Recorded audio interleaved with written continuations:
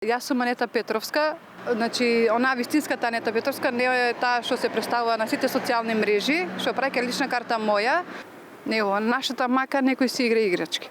Анета Петровска во игра на судбината во јануари годинава дознала дека некој ги злоупотребува нејзините податоци и лична карта и наведува други луѓе да ги споделат нивните. Измамникот потоа подигнува брз кредит во нивно име, без да знаат.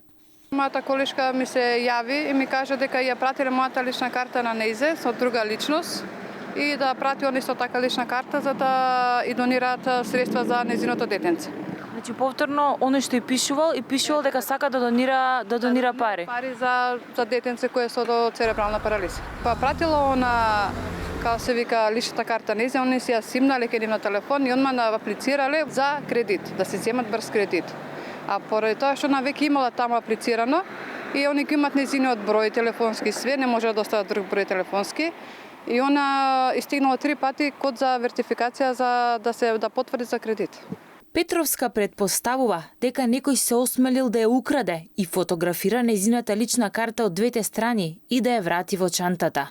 И во нејзино име, измамникот зел брз кредит во висина од 162.000 денари. Парите ги, како да кажам, парите ги дале на онлайн продавница. Клиентот кажува што сака да купи, во бела техника не е битно што, во моје име се јавува, кажува мој број матичен, мој број од здравство, све што треба да си кажала и они на тој основ и дале незе кредит од 144.000 денари со камата 162.854 денари треба да се вратат. Реално сум многу разочарана затоа што јас имам кредит.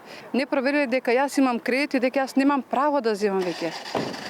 Значи, она треба да се малце расчепка и да се среди, не е убаво луѓето да ги заглавуваат. Мене ме заглавиле на невидено многу и не знам сега што ќе ме чека поратка. Петровска пријавила во полиција и чека да се реши случајот. Во меѓувреме апелира. Сите луѓе што ќе го гледаат ова да не праќаат нивни податоци, ни лична карта, ни пасош, ништо воопшто, само жиро сметка. Ако има некој, ако сака некој да донира, ќе донира на жиро сметка или ќе се јави во А1 во Тимобиле и толку.